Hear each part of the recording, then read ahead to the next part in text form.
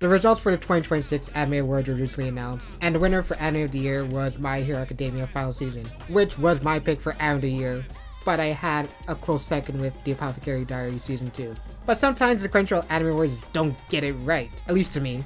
So I thought it'd be fun to tier list previous winners for the Crunchyroll Anime Awards, but with a twist where I include my personal pick for Anime of the Year that year. And in case there was a year that I thought an anime deserved to win that year, I included my second choice pick. And what better way to rank things is not by a tier list. We've got Show the Oscars, a Golden Globe, Be the People's Choice, Came to the Ceremony, and Didn't See. The way this tier list is going to work, I'm going to start by each year. So let's start off with 2016, where the Anime of the Year was Yuri on Ice, which at the time I thought deserved it, but then after rewatching a lot of shows that came out in 2016, I don't think Yuri on Ice deserves it. Not because I think it's a bad show, I just think people think about the most positive moments about the anime. But over the years, you can see the animation quality was never there really. And we've seen better figure skating anime come out since, with one particular example being Medalist, which better showcases the whole entire process of making a skating routine, as well as the process of becoming a professional figure skater. In comparison to Yuri on Ice, you kind of just get dropped in and expected to sink or swim to understand how figure skating works. I would like to put in Be the People's Choice, but I think it should be in Came to the Ceremony. But what I think deserved to be Anime of the Year in 2016 is what I think is one of the best seasons of any sports anime, and that is Haikyuu Season 3, Cross No vs. Shiri Torizawa. The amount of moments in this season that got me hyped, that made me cry, like I can think of the final point that was showcased in episode 10 constantly, and I cannot help but get hyped and also teary-eyed at the same time. To me, this is the best season of Haikyuu and arguably the best season of any sports anime.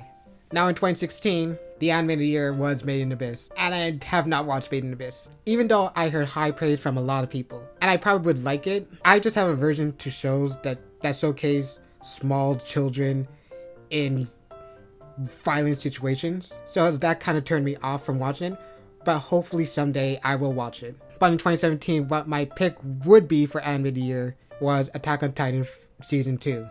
And to me, Season 2 of Attack on Titan is arguably the best season of Attack on Titan.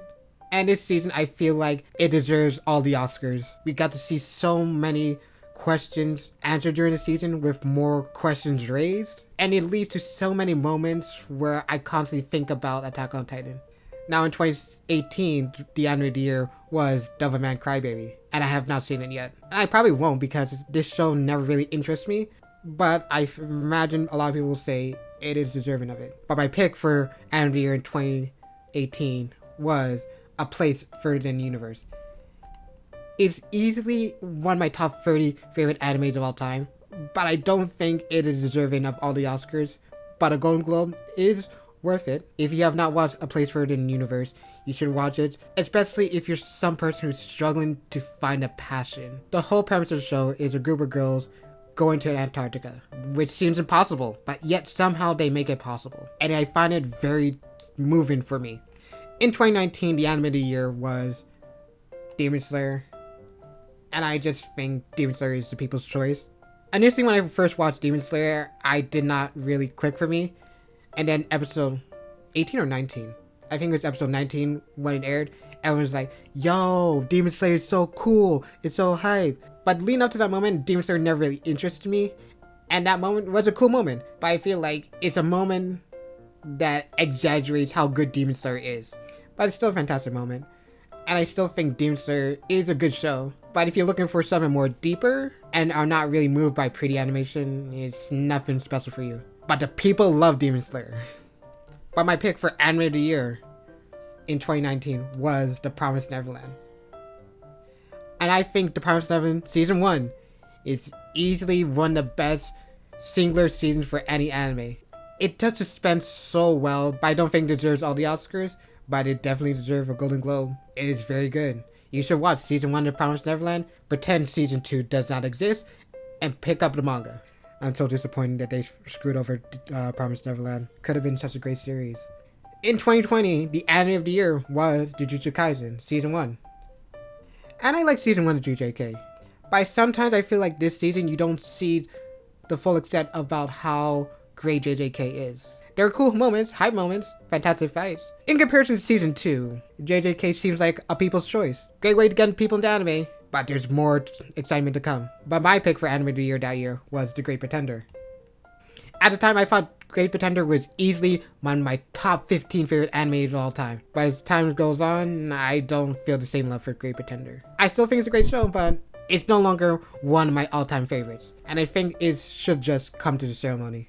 In 2021, the anime of the year was Attack on Titan Final Season Part 1. I don't think this is one of Attack on Titan's strongest seasons. I still think it's very good, but I feel it just falls short of being showing me the Oscars.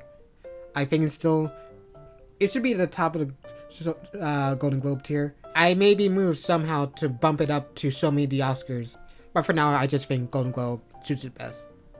But my pick for anime of the year is VV Flora Ice Song. To this day, I still think it could probably be my top 20 favorite animes of all time. Easily. But some people say that it is just generic, robot are bad, trying to save the world. And a lot of people have not watched this. As much as I wanted to be in Golden Globe or shown the Oscars, I think came to the ceremony is appropriate for it. As much as it hurts me for how much I love it. But if you have not watched VV, watch VV. Oh, it's so good, especially the music. In 2022, the anime of the year was Cyberpunk Edgerunners. One thing a lot of people learn about me is that I do not like Studio Trigger. I never really liked any of the shows they've made. But Cyberpunk Edgerunners was the exception to that rule for the first 5 episodes. Then I felt like the series went downhill, but it picked back up with the ending. It's easily one of people's choices, and I think it should stay there.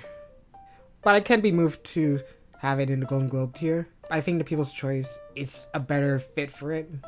But my anime of the year for 2022, and arguably my favorite anime of the 2020s, at least so far, is Kaguya-sama Love is War Ultra Romantic.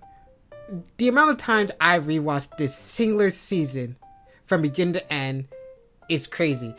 Easily one of my favorite romance animes of all time. I just cannot help but praise this season so much.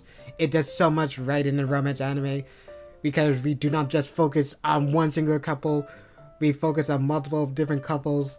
We get Kaguya and Shirogane finally confessing their feelings to each other. And also the side characters are excellent during this season. Season 3 of Kaguya is so dang good.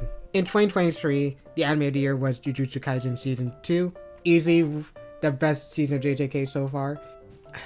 I'm torn between show the Oscars because Shibuya Incident is very good, fantastic, easily one of the best arcs in modern day shonen.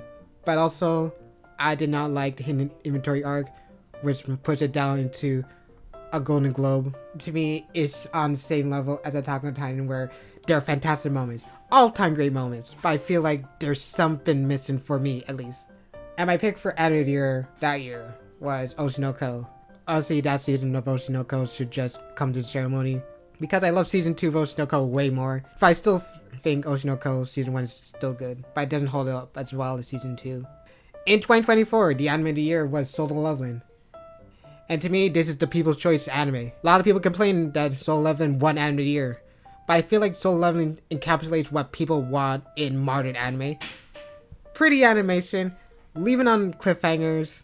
The story does not really matter as long as you bring hype moments. And to me, if that's what you want in anime, you got it. I don't see why people complaining, saying it's not deserving, because I think it's deserving of anime of the year, just on a broad sense of what people want or like. But easily, my pick for anime of the year, and a lot of people's pick for anime of the year, was Frieren Beyond Zero End.